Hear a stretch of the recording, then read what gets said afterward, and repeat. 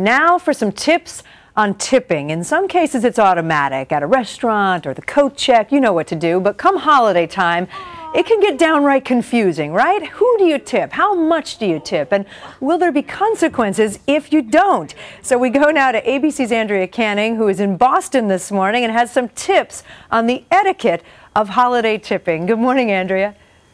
Good morning, Kate. And yes, it can be so confusing, and I hate to be the bearer of bad news, but there actually can be consequences.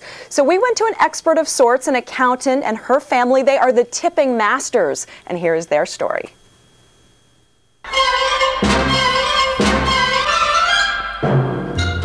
If you thought the stress of holiday shopping was enough to drive you crazy, 'tis also the season to tip, and the list can be long and expensive. So how do you decide who gets a tip and how much? Well, first we take a blank piece of paper, we call out all the names of all the people in our lives that have done special things for us. The Hecht family of Livingston, New Jersey is on a mission to pay it forward. Like 25 is sort of our average gift, and then it can go anywhere up to 50 or so. First to receive the indispensable garbage men. Thank you. Merry Christmas. And through snow and rain. Thanks, Richie. Oh, thank you very much, Robin. But it doesn't end there. Thank you, Carmo. Happy holidays. You're the best teacher ever. Aw, Jeremy.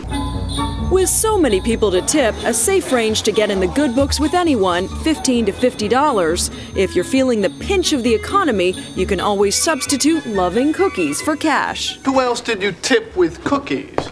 The mailman, the super...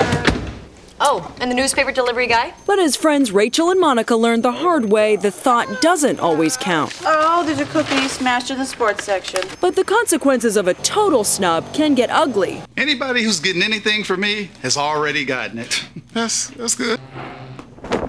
Okay.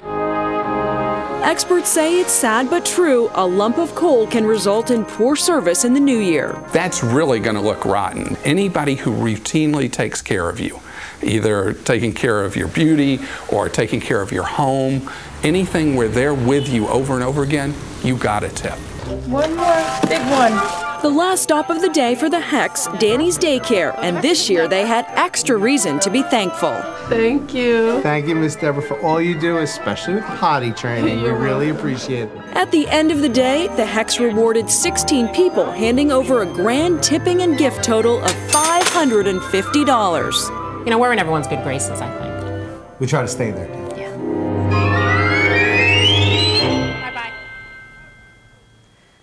And good for them. So we know there can be some consequences. One sacred area is your child's teacher or daycare helper. Tipping or a gift is still very much optional. Now, some other important jobs you might want to know about: a nanny, about a week's pay; a babysitter, about one night. Your hairdresser should get about the price of a haircut for a bonus. If you live in a building, your doorman should get anywhere from 20 to 50, the super 50 to 75. And Kate, I hate to break it to the studio cameramen, they're not on the tipping list. Oh, no. Did you Sorry. hear that, Marvin? Uh-oh, the shot's moving.